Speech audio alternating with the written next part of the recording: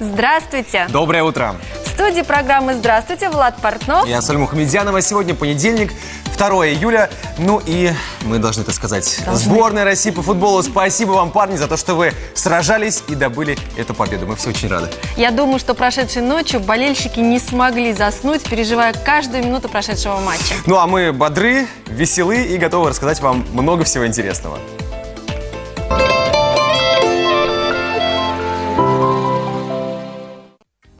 Чемпионат мира по футболу продолжается. Как работают на нем спортивные журналисты? Приятного аппетита! Готовим идеальные сырники. На здоровье! Как нельзя лечить отит? Итак, чемпионат мира по футболу продолжается, в том числе и для нашей сборной. Ну и так получилось, что он совпал с профессиональным праздником людей, без которых нам было бы сложно, некоторым и невозможно жить. Нет, мы сейчас не про футболистов, мы про спортивных журналистов. Свой международный день они отмечают ежегодно 2 июля, начиная с 1995 года. Выбор даты не случайен. 2 июля 1924 года в Париже была образована Международная ассоциация спортивной прессы. И наш первый сюжет, конечно же, о коллеге, спортивном журналисте, но не казанском и даже не российском.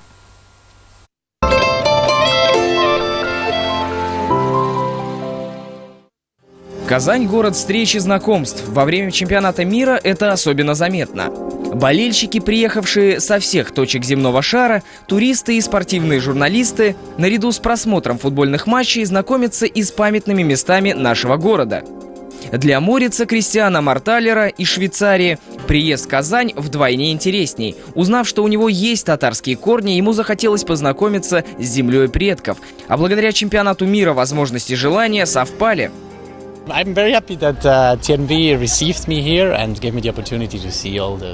Я очень рад тому, что приехал сюда. Меня очень радушно встретили.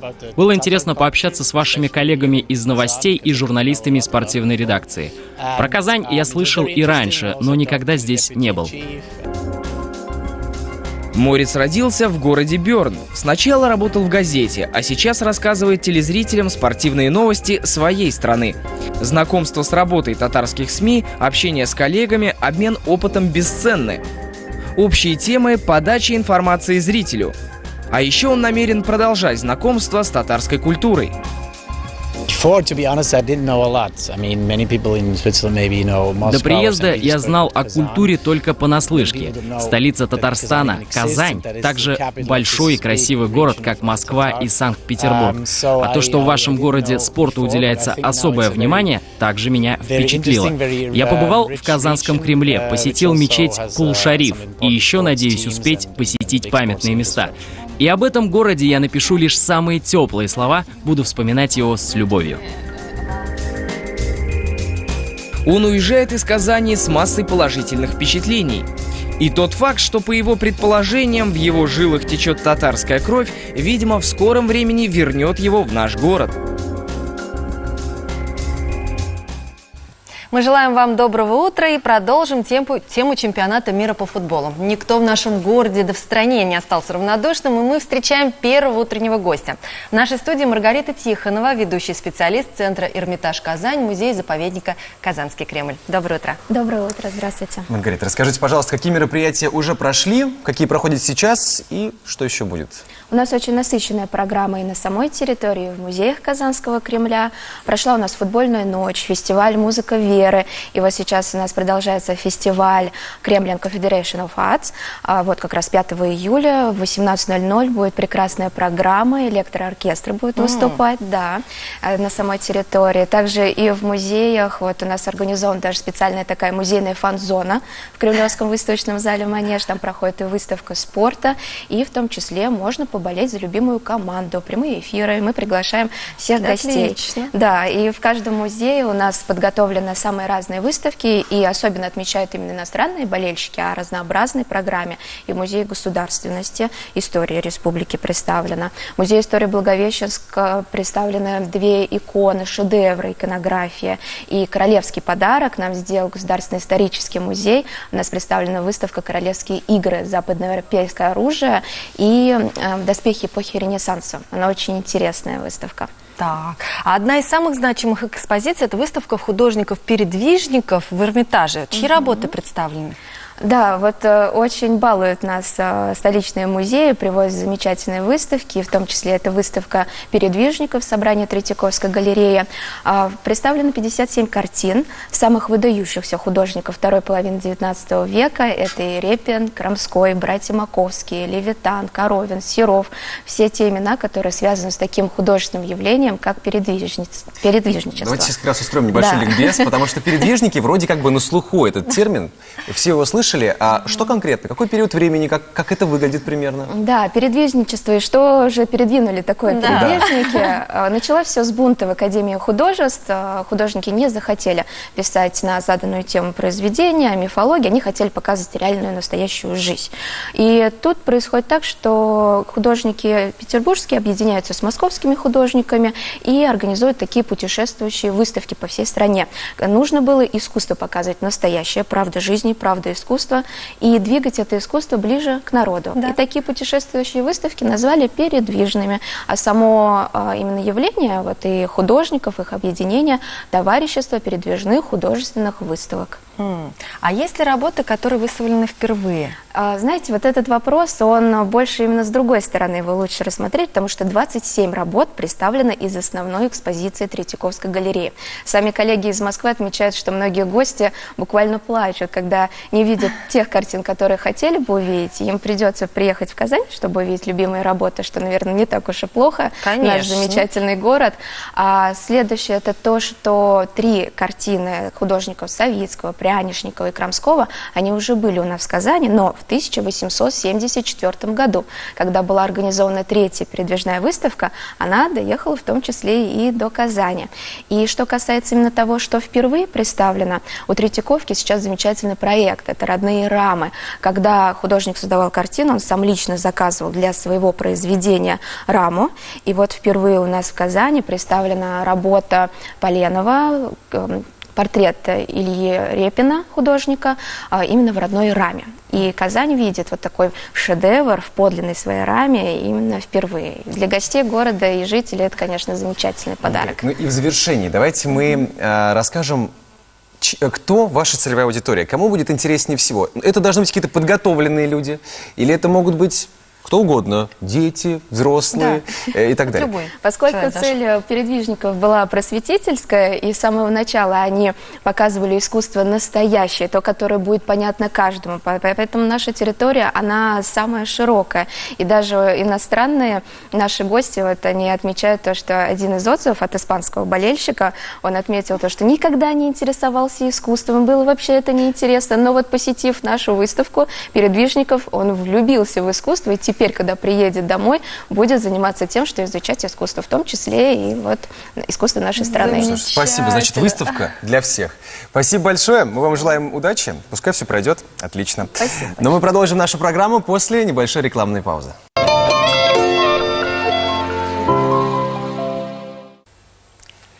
Еще раз всем доброе утро. Мы продолжаем нашу программу, и пришло время поговорить про звезды. Да, конечно. Овны. День пройдет под знаком любви, и больше вам будет не до чего. А еще сегодня, вероятно, приятные сюрпризы. Какой хороший гороскоп на понедельник. Да. Наверное, для тех, кто не смотрел вчера футбол, смотрит с утра новости. Сюрприз. Тельцы. Возможно, повышение уровня доходов. Звезды дают возможности для поиска поддержки со стороны влиятельных людей, начальства. Настойчивость в достижении цели и стремление вперед позволяет вам достичь желаемых материальных благ.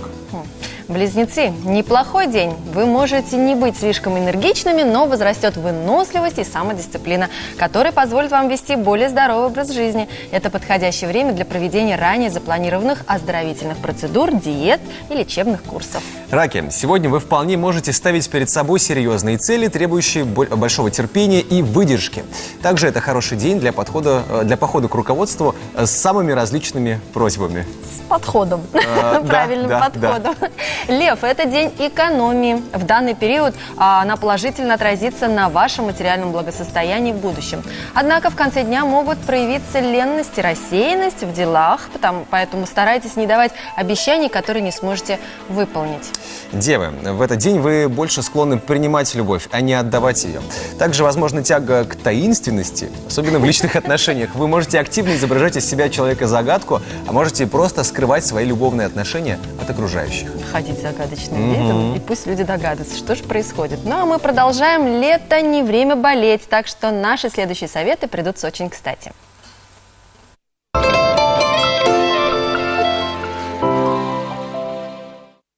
У вас стреляет в ухе? Кажется, будто в нем что-то есть? Появилась слабость и бессонница? Возможно, это отит. Причины у этой болезни самые разные.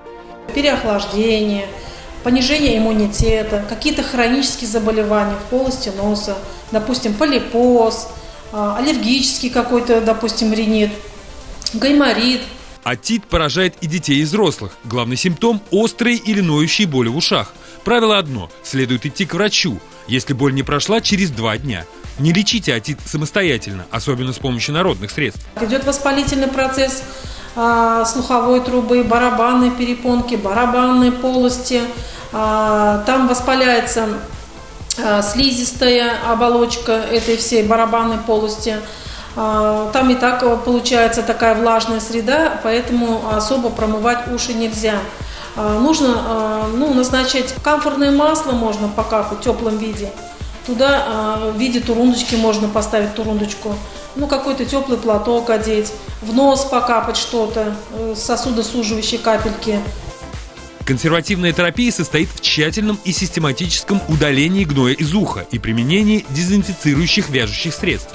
При среднем отите может понадобиться небольшая операция. Профилактика заболевания проста. Не переохлаждайтесь, избегайте сквозняков, ешьте пищу, богатую витаминами, укрепляйте иммунитет и соблюдайте гигиену ушных раковин. Но не стоит чистить их ватными палочками. Можно занести инфекцию, можно какую-то травму. Если, допустим, там серная пробка, то можно серную пробку туда протолкнуть, можно поцарапать. Многие обращаются с инородными телами в ушах. Если там что-то там почесать или там, допустим, почистить, я люблю назначать в эти ватные палочки, обмакивать в борный спирт. Обмакивайте и потом протирайте. Если же вы все-таки заболели, обязателен постельный режим и полный покой. А после излечения нужен специальный массаж уха, чтобы не дошло до тугоухости. Большой палец ставится за ушную раковину, остальные 4 остаются спереди. В таком положении ухо активно массируется, пока орган не станет горячим. Мочку уха потянуть вверх, затем вниз, тоже с ушной раковиной. Затем ушную раковину аккуратно вращать по часовой стрелке, позже против нее. Движение повторять по 20 раз. Они способствуют не только улучшению слуха, но также убирают звон в ушах и головокружение. По отзывам, даже зрение становится острее. Полезные советы, потому что лето – это время кондиционеров, открытых окон, поэтому прислушайтесь и заботьтесь о своем здоровье. И купание. И купание, да. Мы продолжим говорить на тему нашего здоровья, в том числе и нашего питания. Вы знаете, что кто много ест и мало занимается спортом, несомненно, набирает лишние килограммы. Похоже, забудьте, информация устарела. Дело в том, что увеличение индекса массы тела куда более сложный механизм. И питание в нем лишь один из многочисленных факторов. Все дело в гормоне лептине. Именно он в мозге отвечает за чувство сытости, благодаря чему мы прекращаем есть. Так вот, у некоторых людей в геноме есть ошибка, которая блокирует выделение лептина. Они всегда голодны и обречены набирать вес, даже если будут питаться только овощами. Помочь им могут инъекции этого гормона. Ух, какая беда. Это вообще для меня мир точно не будет прежним. Ну а мы продолжаем. На очереди рецепт не из овощей.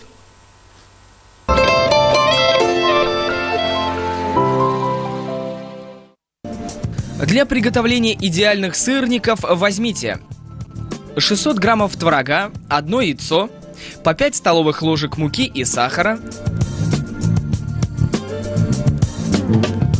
Смешайте все ингредиенты до однородности.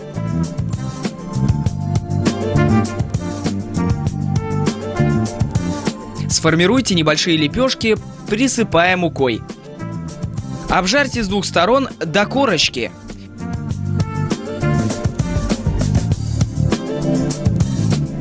Приятного аппетита! Продолжаем нашу программу, и у нас розыгрыш. Вот этот билет на концерт Нюши получит тот, кто ответит на вопрос. А вопрос предельно простой. Нюша – это псевдоним, общеизвестный факт. Как зовут певицу? По паспорту. Скажите нам, пожалуйста. Наш телефон 570-50-75. Дозванивайтесь, отвечайте и забирайте билетик. Ну а у нас время для детского мнения. Слушаем.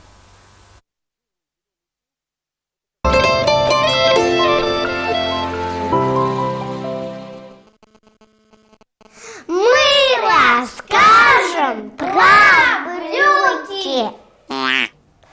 Брюки придумал Сергей Пушкин, потому что он мальчик. Брюки нужны, чтобы их одевать и ходить по улице, чтобы на работу ходить. И у них две штанины, чтобы просовывать ноги. Они теплые бывают, чтобы ноги не замерзли. А чтобы они не спадали, надо одевать ремень. И теперь носят брюки мамы, папы, дедушки и еще папы. Папа носит брюки, потому что он не девочка. Папы носят большие брюки, а мальчики маленькие брюки, а девочки розовые брюки носят. Они продаются в магазине. Для толстых людей большие брюки, а для худеньких маленькие, как джинсы. А если в магазине продаются большие, огромные брюки розовые, то это для мамы или для клоуна. А если отрезать джинсы, получатся сольчики, и в них можно ходить летом и на море. Ну вот от детей мы вернемся к вопросу, как же зовут Нюшу на самом деле. Доброе утро, как вас зовут? Алло. Алло, здравствуйте, меня зовут Диана. Угу. Очень приятно. Знакомы ли с биографией певицы Нюши? Ну, знакомы. Я знаю, что ее зовут Анна Владимировна Шурочкина. Да, я даже Пятерка знаю, вам. кто ее папа. Я была фанаткой группы «Ласковый май». Ну вот и пообщаетесь на концерте. Мы вас поздравляем, билетик ваш, желаем хорошего вечера, отдохните как следует, попойте, потанцуйте. Вам сейчас расскажут, как забрать этот билет. Ну и, кстати, про концерты, ведь это тоже своего рода занятие спортом. Конечно. 1,5 часа и артисту, и зрителям. И зрители, все и поют, танцуют, и, Да, конечно, да. Вот в жару спортом нужно заниматься, кстати, умеренно, и лучше рано утром или вечером после уменьшения жары. И вот следующие советы именно для вас, дорогие друзья.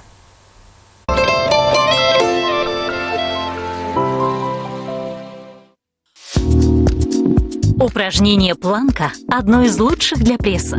И не только для него. Оно помогает отлично прорабатывать мышцы плечевого пояса, спины, бедер и ягодиц. Сегодня мы предлагаем 5 вариантов этого чудо-упражнения. Планка из стороны в сторону. Исходное положение. Тело – прямая линия.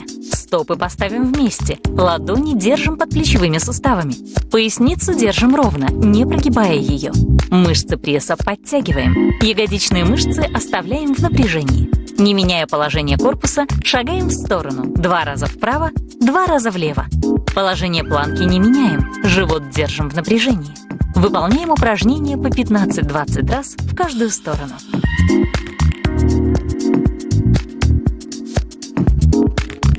Планка с отведением ноги.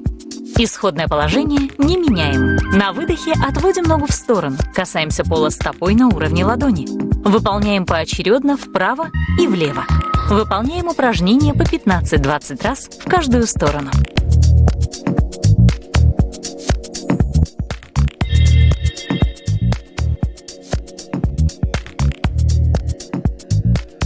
Планка со скручиванием с прямой ногой. Сохраняем положение планки. Подтягиваем колено к груди. На выдохе вытягиваем ногу вверх. Затем выполняем скручивание в противоположную сторону. Нога перпендикулярна корпусу. Ногу держим параллельно полу и возвращаемся наверх. Выполняем вправо и влево. 15-20 раз на каждую сторону.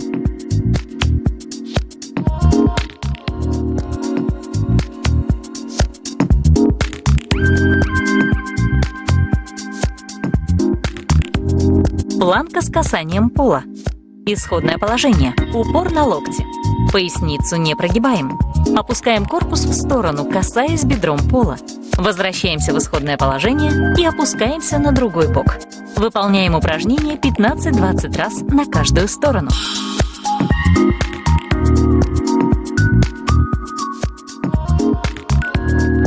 Боковая планка. Исходное положение. Боковая планка. Стопы вместе.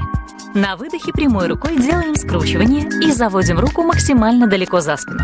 Возвращаемся в исходное положение. Выполняем 15-20 раз на каждый бок.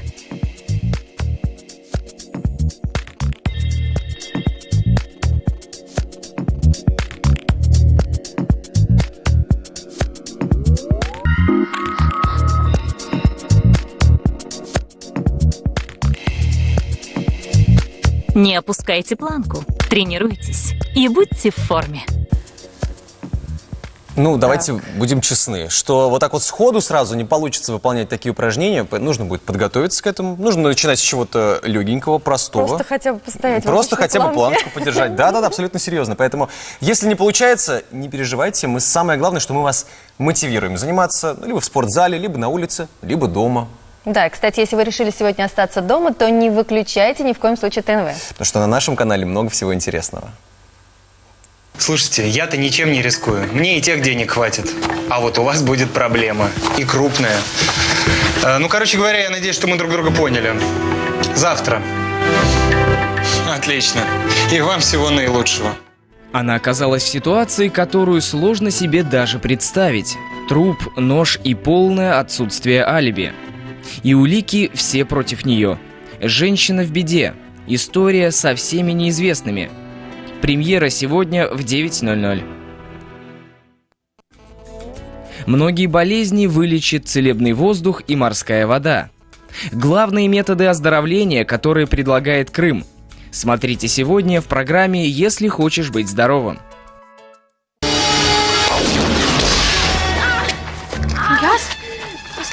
Инка! Что происходит? Возьмитесь за руки! Возьмитесь за руки!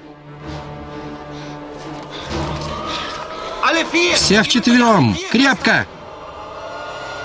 Отважные друзья отправляются в путешествие, полное загадок и тайн. Что ждет их на пути и какие опасности им предстоит преодолеть? Отважная четверка сегодня в 16:00 на ТНВ.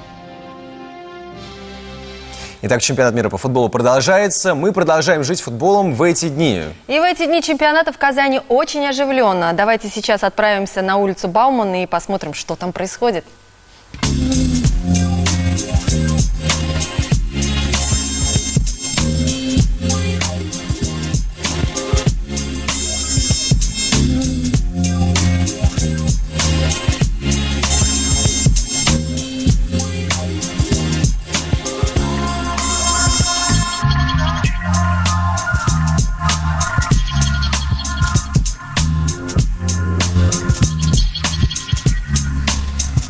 Ну вот немножко грустно смотреть на фанатов сборной Германии, потому что они еще не знали, что будет в тот момент. Они не знают, что они с треском провалятся. Ты знаешь, я видела болельщиков германской команды, немецкой команды, которые стояли с плакатами и говорили: дружеские обнимашки, пожалейте, пожалуйста, немцев. Ты знаешь, и на самом деле к ним выстраивалась очередь, и добрые наши люди подходили, обнимали их и делали фото на память. Ну, вообще, странная штука получается. Все фавориты почему-то проваливаются и вылетают с чемпионата. Ну, кто-то с позором, кто-то просто со слезами на глазах. Не знаю, с чем это связано. Может быть, с погодой? Ну, может быть, у нас неожиданно жарко? Жара. И вот, кстати, по прогнозам синоптиков, сегодня ожидается малооблачная и очень жаркая погода. Температура воздуха достигнет даже 33 градусов жары местами. Ночью до 23 тепла. Тоже очень жарко, мне кажется. Ветер слабый, но видно полный штиль. Так что, друзья, пожалуйста, берегите свое здоровье и побольше употребляйте чистой воды, я не знаю, закрывайте голову от солнца. Атмосферное давление в пределах нормы и также влажность воздуха невысокая. В общем, берегите себя, берегите свое здоровье. Ну и кроме этого, совсем скоро, после небольшой паузы, мы устроим еще один розыгрыш. Разыграем билеты. Какие? Узнаете через пару минут. Ну и кроме этого, самые интересные сюжеты, самые интересные интервью вы можете пересмотреть в повторе на нашем сайте tnv.ru. Также вы нас можете найти в YouTube. Ну и в Инстаграм, конечно же, мы также есть. И ВКонтакте. Подписывайтесь, задавайте свои вопросы. Мы постараемся ответить на них в последующих наших программах. Утренняя программа «Здравствуйте». Вернемся совсем скоро.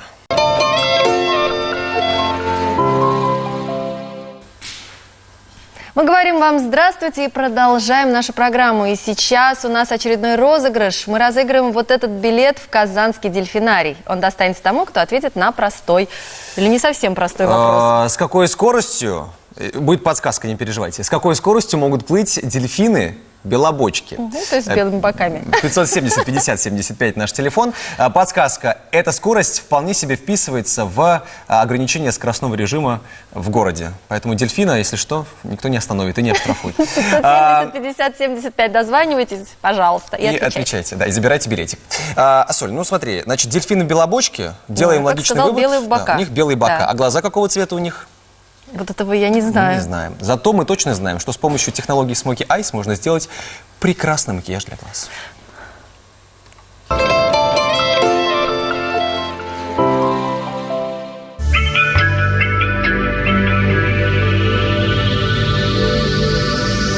Изумрудный цвет – один из самых магнетических и загадочных. Этот роскошный оттенок придает изысканность, а использование этого цвета в макияже поможет создать действительно королевский образ, который подойдет для любого вечернего выхода. Сегодня мы покажем вам пошаговый урок выполнения макияжа с изумрудными смоки. Начинаем с нанесения тона. Для того, чтобы добиться нужного оттенка, смешиваем несколько разных. Плотной плоской кистью наносим на веко и под глаза, чтобы не было никаких морщинок и заломов. Тщательно растушевываем и тонируем нос. Рассыпчатую пудру наносим сначала на ладонь, затем на все веко и под глаза. Таким образом мы подготавливаем нужную зону для нанесения карандаша и теней. Набираем плоской кистью светлые тени и наносим их на все подвижное веко и под нижнюю линию глаз. Прежде чем наносить тени на глаза, обязательно стряхивайте кисти, особенно это касается темных оттенков. Начинаем создавать тот самый дымчатый взгляд. Набираем и наносим темные тени. Двигаемся от внешнего уголка ко внутреннему, постепенно добавляя насыщенность. Тщательно растушевываем. Внешний уголок должен быть самой темной точкой, но будьте аккуратны с темными тенями, ведь добавить интенсивности всегда можно, а вот убавить более проблематично. Наносим немного матовых черных теней на нижнее веко. Растушевываем. Повторяем все то же самое со вторым глазом. Учитывайте, что во время создания смоки тени осыпаются, но это не страшно, ведь зону под глазами мы будем обрабатывать дополнительно. Одной кистью набираем и наносим тени, второй растушевываем. Если нужно убрать с кисти лишнюю косметику, вытрите ее с помощью ватного диска. Начинаем углублять черный цвет. Ведем плавно от самой темной точки ко внутреннему уголку. Переходы растушевываем очищенной кисточкой. Повторяем все то же самое со вторым глазом. Постепенность позволяет добиться чистого, аккуратного смоки. Если спешить, то можно просто развести грязь на лице. Наносим коричневые тени на зону растушевки, чтобы не было пятен. Они позволяют сделать переходы более плавными. Набираем на кисть зеленые тени. Перед нанесением отряхиваем кисть. Наносим в центр подвижного века, ближе ко внутреннему уголку. Чистой плоской большой кистью, немного влажной, вбиваем тени в центре века. Тогда пигмент будет ярче и насыщенней. Добавляем темного цвета и снова вбиваем, чтобы получился смоки, а не просто цветной макияж. Добавляем немного черного цвета на нижнее веко. Теперь влажным ватным диском убираем все осыпавшиеся текстуры. Наносим на эту зону тональный крем заново, чтобы добиться чистого макияжа. На местах, где тональный крем соприкасается с тенями, подушечкой пальца вбивающими движениями убираем переходы. Затем наносим тональный крем на оставшиеся части лица. Большой пушистой кистью припудриваем лицо, особое внимание уделяя зоне под глазами. Верхнюю и нижнюю границы смоки обрабатываем коричневыми тенями с помощью пушистой кисти. Жидкой подводкой рисуем стрелку вдоль роста ресниц. Черным карандашом подкрашиваем внутреннее веко для выразительности взгляда. Зазоров быть не должно. Во внутренний уголок глаза наносим зелено-золотой пигмент. Наносим хайлайтер на скулы, кончик носа, лоб, подбородок и галочку над верхней губой. Светлыми тенями прокрашиваем зону под бровью. Бронзер наносим на линию скул вдоль линии роста волос.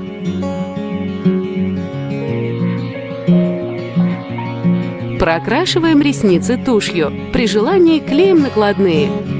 На яблочко щек наносим нежные румяна. Финальный штрих – подкрашиваем губы блеском натурального оттенка. Видел? Запомнили. Красиво. Да, красиво, красиво. Волшебник изумрудного города. Давайте разбираться с дельфинами-белобочками. Надеюсь, что у нас есть правильный ответ. Доброе утро, как вас зовут? Здравствуйте, доброе утро. Меня зовут Эльвира. Здравствуйте, очень приятно. Скорость, с которой могут передвигаться эти дельфины. Где-то я слышала, что 50-60 километров в час. Сколько? 50-60, где-то 50-60. вот так. Выберите, Да. пожалуйста, правильный один из двух. Итак. 50 пускай будет. 50. Да. Так, подождите. Это в воде, а на суше? А на суше они просто загорают, ты понимаешь? Мы Да, вас поздравляем, этот конечно. пригласительный достается именно вам. Я просто представила, как эти дельфины несутся просто. Фу, это белобочка. Белобочка, да, не успел разглядеть. Мы вас поздравляем, надеемся, что вы хорошо проведете время. Продолжаем программу темой, которая, в общем-то, относительно близка к скорости, в общем, к спорту. Да, спорт снимает депрессию, способствует выбросу гормонов радости, и этот факт известен всем. А вот аспирантка кафедры психиатрии Университета Аделаиды, Австралия, Джули Морган выяснила, что происходит с психологическим самочувствием людей, которые, по каким-то причинам прекратили тренировки. Итак, ее выводы таковы. Снижение уровня физической активности может приводить к развитию депрессии, особенно если человек уже страдал от нее ранее. В ходе эксперимента она оценила состояние 50 женщин и 102 мужчин. Все они когда-то тренировались, и минимум полчаса по 3 раза в неделю в течение 3 месяцев, а потом прекратили занятия. Вот так вот. И в итоге у многих участников исследований стали проявляться симптомы депрессии. У кого-то через 3 дня, у кого-то через неделю, у кого-то через 2. Особенно подвержены депрессии оказались женщины. Значит, все дружно встаем, начинаем заниматься. В приятной компании угадайте кого.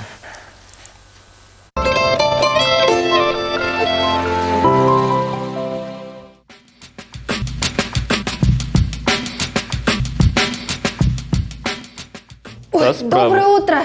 О, Ассоль, доброе утро. Что случилось, Ассоль? Дачный сезон открыла?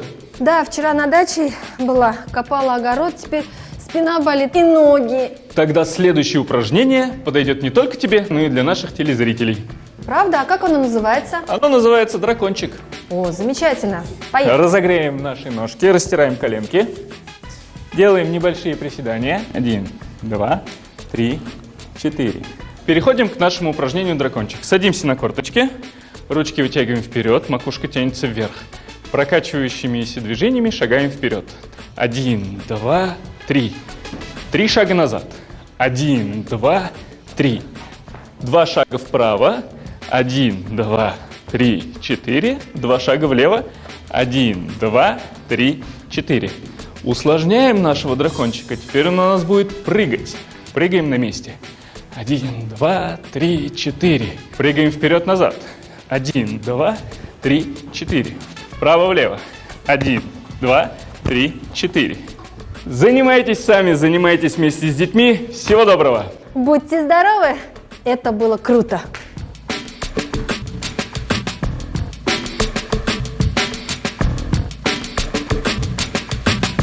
Мы продолжаем спортивную тему. Как мотивировать себя на занятия спортом, особенно если вы никогда в жизни им не занимались.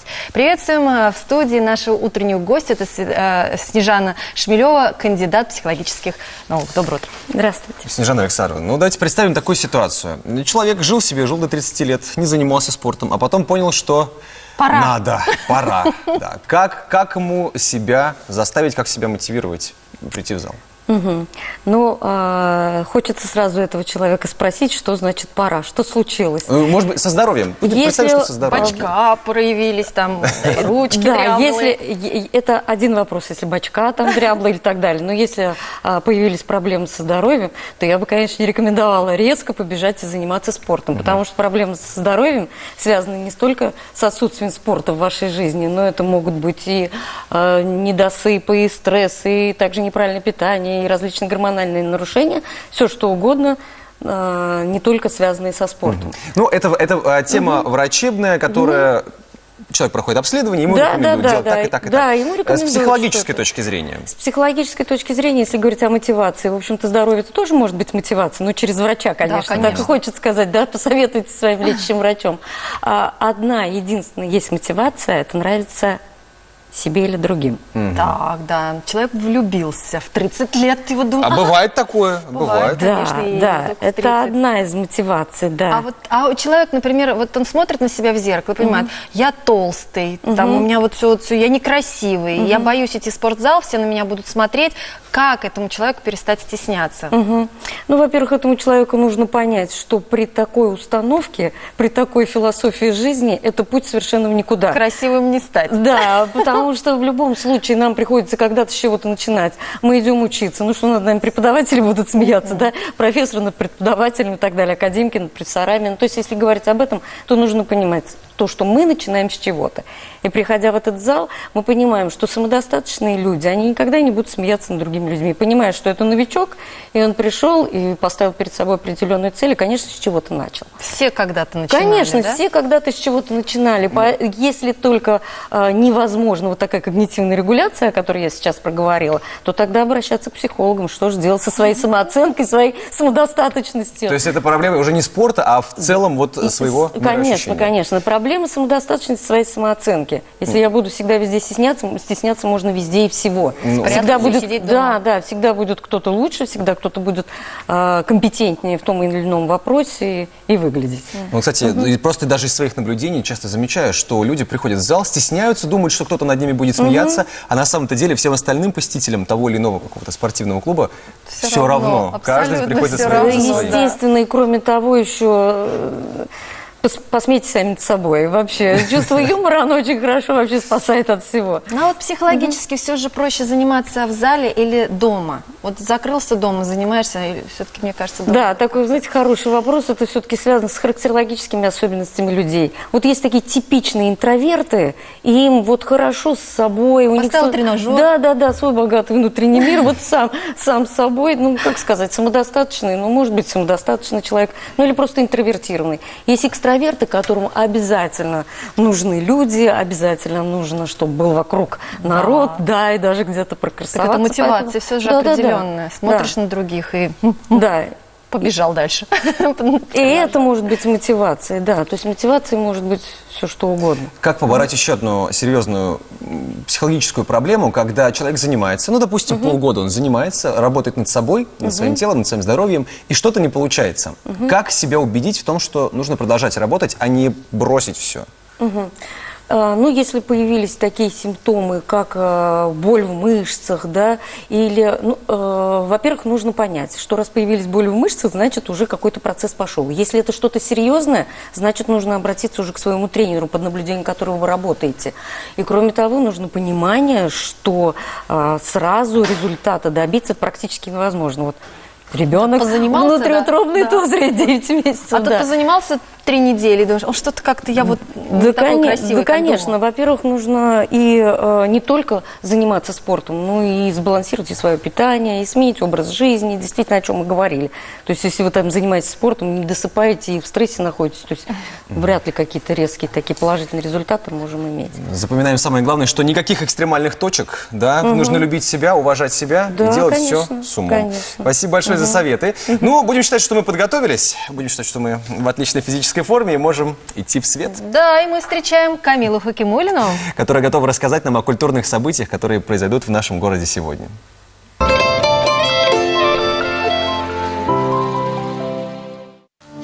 Всем привет! Сегодня 2 июля и с вами Камила Хакимуллина. Прямо сейчас вы узнаете, какие интересные места вы сможете посетить сегодня вечером в Казани. Смотрим! Цветочный фестиваль на площадке перед театром кукол «Экият».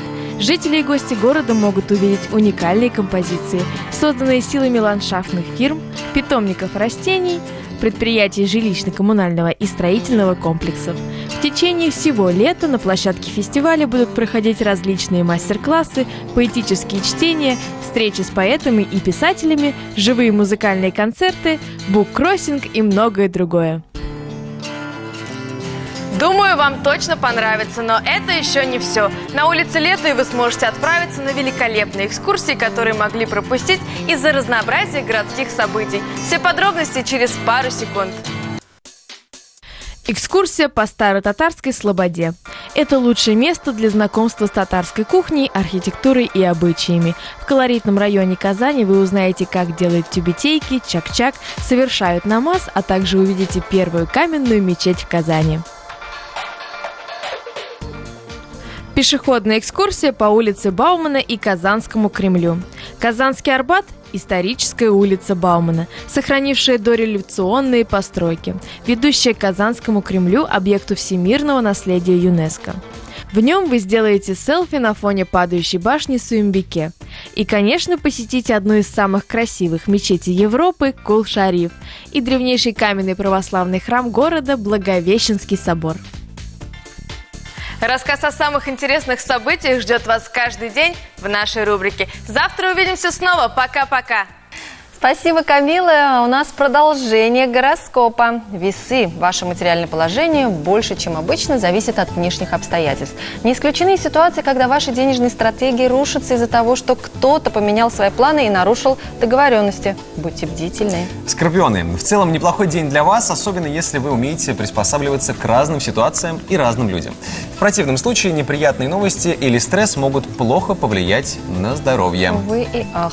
Стрелец, у вас появится возможность управлять событиями в своей жизни и не бояться роковых случайностей. Сегодня возможно озарение, позволяющее взглянуть на окружающую вас жизнь под непривычным углом. Козероги. Сегодня вас оценят и прислушиваются к вашим идеям. Во второй половине дня постарайтесь терпимее относиться к окружающим и не вступать в споры с коллегами. С коллегами вообще лучше не ссориться. Да, хорошо. Да, не ссорьтесь со мной. Водолеи, почти весь день вы проведете пассивно, расслабленно и мечтательно. Но лето же, в конце концов. Только все же не забывайте хотя бы об основных своих обязанностях. Рыбы, не лучший день для укрепления благосостояния. Наоборот, возможно, утечка средств. Поэтому, чем скромнее вы себя ведете, тем благосклоннее к вам будут люди, от которых зависят ваши доходы. Ну а наша программа на этом завершается. А вот что вы увидите завтра.